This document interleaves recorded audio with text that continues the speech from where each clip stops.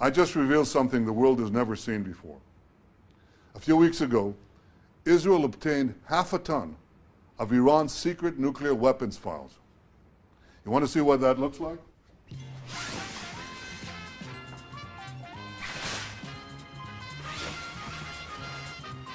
This is an exact copy of the material we got from Iran's secret atomic archive. That's over 100,000 original Iranian files and documents of blueprints for nuclear bombs, timelines for uranium enrichment, simulation of nuclear implosion, much more. This atomic archive proves one thing: Iran lied through its teeth.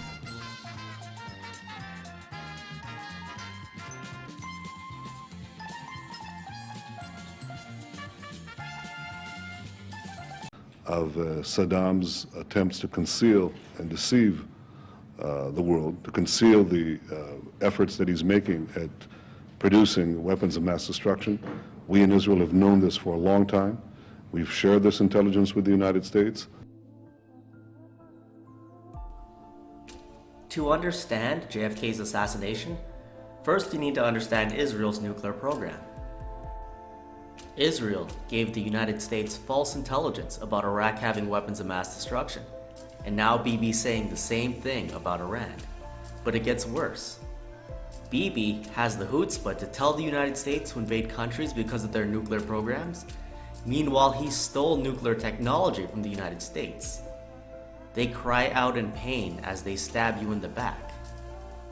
Richard Kelly Smythe was sentenced to 40 months in prison. He was president of Milco, a company that worked with NASA. He obtained nuclear triggers and sent them to Heli Trading Company in Israel. One of his contacts in Heli was Bibi Netanyahu.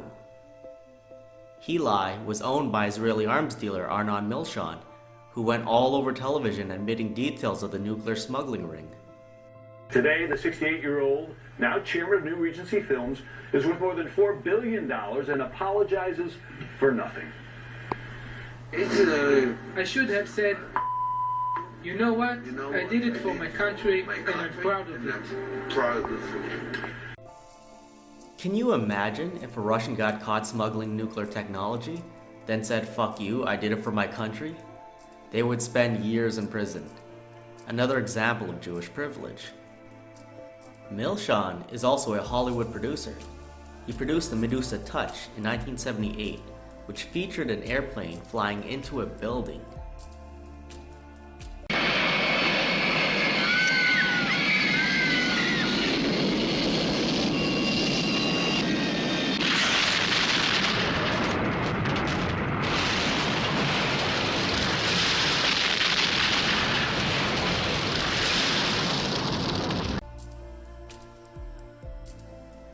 In 1979, journalist Mike Evans met with the former head of Israeli intelligence, Isser Harel, and asked him if terror would ever come to America.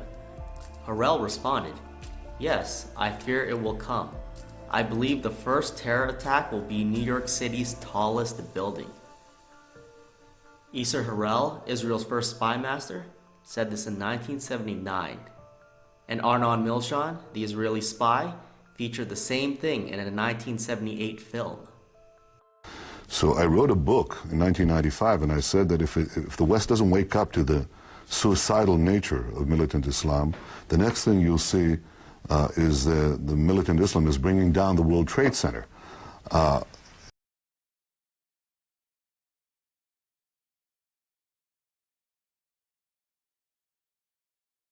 The idea of disclosure. Iran won't tell the truth. We had to go in there, is Israel's position, and steal this information so we can know the truth.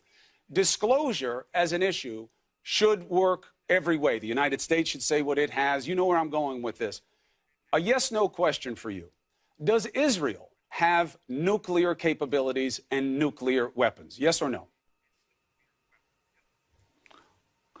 We've always said that we won't be the first to introduce it, so we haven't introduced it.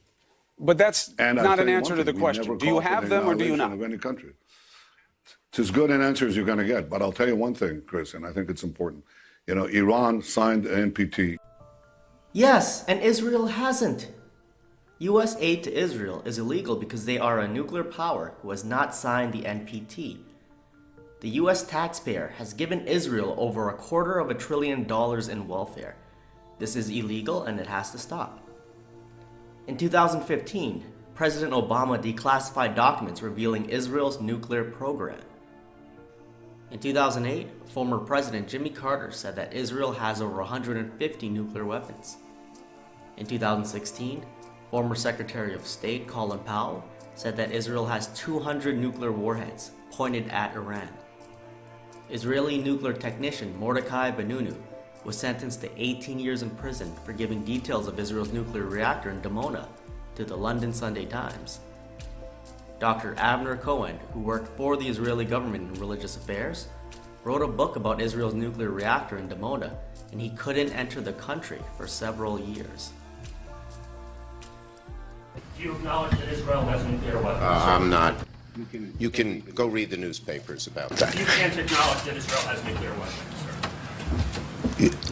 It is a well-known fact that Israel has nuclear weapons, but the Israeli government doesn't officially talk about what kinds of weapons and where, etc. In 2016, Germany sold 3 nuclear submarines to Israel. Israel now has submarines that could destroy entire nations. Israeli military historian Martin van Creveld admitted that Israel has nukes targeting Europe. If it went on much longer, the Israeli government would lose control of the people. In campaigns like this, the anti-terror forces lose because they don't win, and the rebels win by not losing. I regard a total Israeli defeat as unavoidable. That will mean the collapse of the Israeli state and society. We'll destroy ourselves.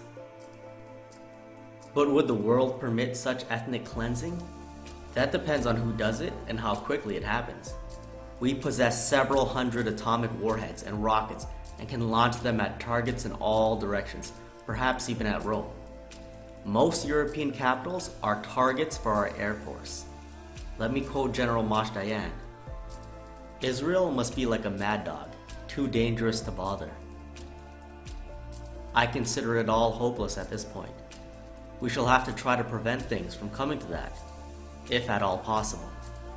Our armed forces, however, are not the 30th strongest in the world, but rather the 2nd or 3rd. We have the capability to take the world down with us, and I can assure you that that will happen before Israel goes under. Israel was determined to have a last line of defense it could rely on. The notion is that Israel should have capability for the worst case scenario. In order to prevent Auschwitz and the memory of Auschwitz and the respect to Auschwitz, Israeli leaders felt that Israel should be in position to threaten with Hiroshima. And if, God forbid, Israel would have to face that kind of eventuality, Israel would have a weapon of last resort. That's what people call the Samson option. The Samson option owed its name to the Jewish hero who killed many of the Israelites' enemies as he brought about his own death. These are psychopaths. When they go down, they're taking whoever they can with them. But before the Samson option, they will use kill switches. This is something that former Unit 8200 goes into detail about in this Vice documentary listed. For years, JFK demanded inspections into Israel's nuclear reactor in Dimona. Prime Minister Ben-Gurion kept delaying the inspections. Then finally, JFK threatened to end support for Israel.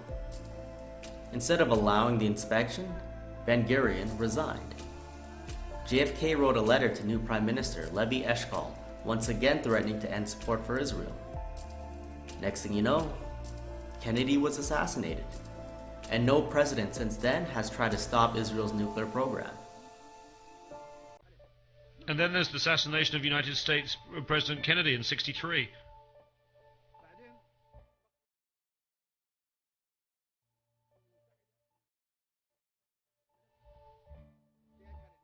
We want to know who killed him and why. There was someone called Lee Harvey Oswald who was then killed by one Jack Ruby.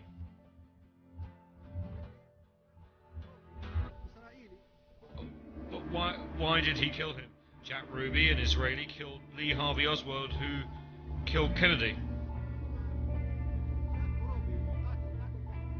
Why did this Israeli kill Kennedy's killer? Then Jack Ruby, the killer of Kennedy, die in mysterious circumstances before he could be tried. We must open the files. The whole world knows that Kennedy wanted to investigate the Israeli Dimona nuclear reactor. This involves international peace and security and weapons of mass destruction. That is why we should open this file. When President Kennedy was assassinated here in Dallas, Abraham Zapruder was standing on this concrete parapet with an 8mm camera. And with that camera, he recorded the tragedy. Mr. Zapruder, certainly no one had a better view of the assassination than you did.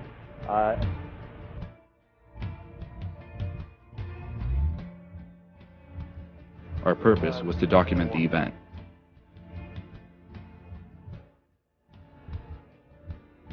In 2017, the U.S. government released classified JFK assassination documents. Name of individual, Homer Echevarria. Reason for PRS interest, November 1963. Informant advised Chicago office that subject was a member of anti-Castro Cuban group. Subject allegedly approached informant to provide machine guns for Cuban revolution. November 21st, 1963. Subject allegedly told informant, "We now have plenty of money. Our new backers are Jews. As soon as we or they take care of Kennedy." The anti-Castro Cuban wasn't lying. Jim Garrison, the district attorney involved in the JFK investigation, told Playboy in a 1976 interview that Jewish mobster Jack Ruby smuggled arms to Cuban exile groups. Not just the CIA, but the Jewish mob also had interest in arming these Cuban exile groups. When Batista was in charge of Cuba, it was Las Vegas by the sea. Top Jewish American mobster Meyer Lansky put a lot of money into Cuba. But then Castro took over, shut down the casinos, and the mob lost big time. The Jewish mob played an important role in creating the State of Israel. They sent guns to Jewish terrorist groups in Palestine, such as Irgun, Stern Gang, and Haganah. Those guns were used to murder British officers and drive Palestinians off their land. Jewish mobster Myron Sugarman admits this in the video listed. He calls himself the last Jewish gangster, but that is not accurate. Today, the Jewish mob is alive and well, and they run Donald Trump. He does whatever they tell him to do. He's actually been in bed with them his entire career. It wasn't just the anti-Castro Cuban who bragged about JFK being killed beforehand. Jack Ruby's crew also bragged about it. Jim Garrison told Playboy, "I will give you one bit of evidence, recently uncovered by our office, that links Ruby to the conspiracy." 4 days before the assassination, on November 18, 1963, a young woman from Dallas, named Rose Sharami, was thrown from a moving car on a highway outside Eunice, Louisiana. She was badly bruised and taken to the East Louisiana Hospital in Jackson, Louisiana. When she came out of sedation, on November 19th, she was distraught and sobbed that she had been thrown out of the car by associates of a man named Jack Ruby in Dallas. She claimed to have been sent by Ruby from Dallas to Miami to pick up a shipment of narcotics. When asked by a hospital attendant, who fortunately took notes of her remarks in case the police had to be called in, why she had been hurled from the car, she replied that narcotic smuggling was one thing, but she drew the line at murder. The president, she said, was going to be killed in Dallas within a few days. At this point, sadly enough, the hospital authorities seemed to dismiss her as hysterical and lost interest in her story. No one believed her until it was too late. While JFK was demanding inspections into Dimona, his brother Robert Kennedy was head of the Justice Department, demanding that the American Zionist Council register as a foreign agent. The American Zionist Council went on to become AIPAC, which dominates the US political system today. Robert wanted to regulate the Israeli lobby. He ran for president, then was murdered by a Palestinian who didn't remember carrying out the act. Senator Robert F. Kennedy assassinated minutes after winning the California presidential primary. He was allegedly shot by this man, Sirhan Sirhan, a 24-year-old Palestinian immigrant. Sirhan was convicted of Kennedy's murder in 1969, but this morning, nearly 50 years later, Kennedy's son, Robert F. Kennedy Jr., tells the Washington Post that after reviewing autopsy results for months, he met with Sirhan in prison for 3 hours, walking away convinced Sirhan did not kill his father.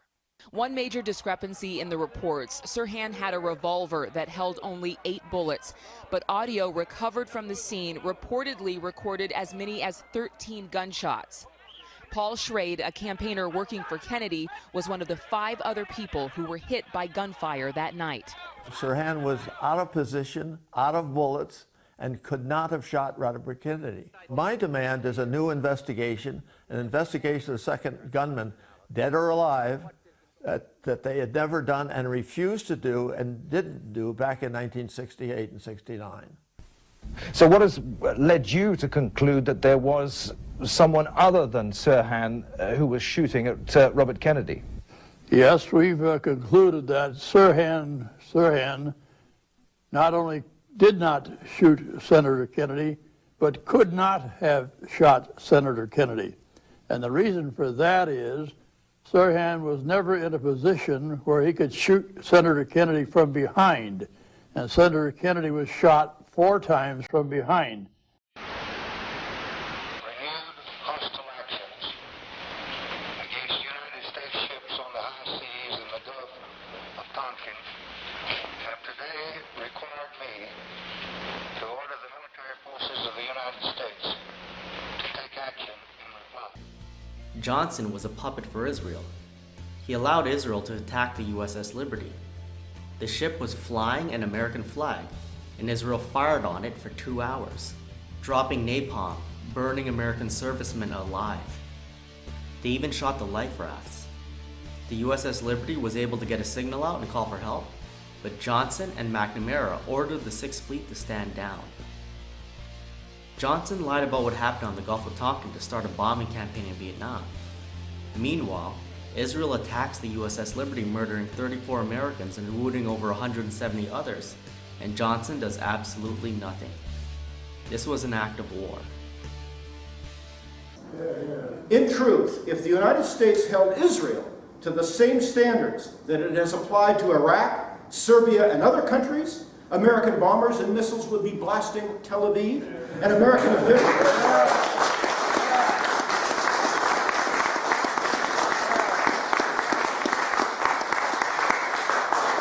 officials would be putting Israeli leaders behind bars for war crimes and crimes against humanity. In JFK's diary, which was auctioned off, he wrote, "After visiting these 2 places, you can easily understand how that within a few years, Hitler will emerge from the hatred that surrounds him now as one of the most significant figures who ever lived. He had boundless ambition for his country, which rendered him a menace to the peace of the world. But he had a mystery about him in the way that he lived and in the manner of his death that will live and grow after him. He had in him the stuff of which legends are made." Hitler, JFK, and Gaddafi had boundless ambition for their countries, and it cost them their lives. There is a world order in place, and you must do as you're told. Israeli nuclear technician Mordecai Benunu, who spent 18 years in prison, said that Israel was behind JFK's assassination. If JFK ended US support for Israel, that would mean the end of the Jewish state. Jack Ruby, who killed Oswald to silence him, attended services at Congregation Shearith Israel. His rabbi, Hillel Silverman, visited him in prison, and Ruby said, "I did it for the Jewish people." You know what? I did it for my country, and I'm proud of it. Milchan also produced the 1991 film JFK, which avoided all the important details. They have you focusing your attention on what they want you to believe. Just like they want you to believe that Muslims orchestrated 9/11. In the 1978 film, Milchan featured an airplane crashing into a building, similar to what we saw on 9/11. In 1995, his employee, Bibi, wrote a book about militant Islam bringing down the World Trade Centers. Milchan also produced Fight Club, featuring this in 1999.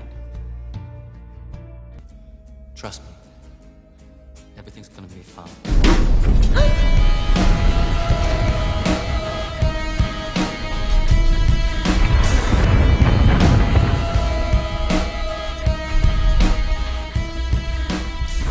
You met me at a very strange time in my life.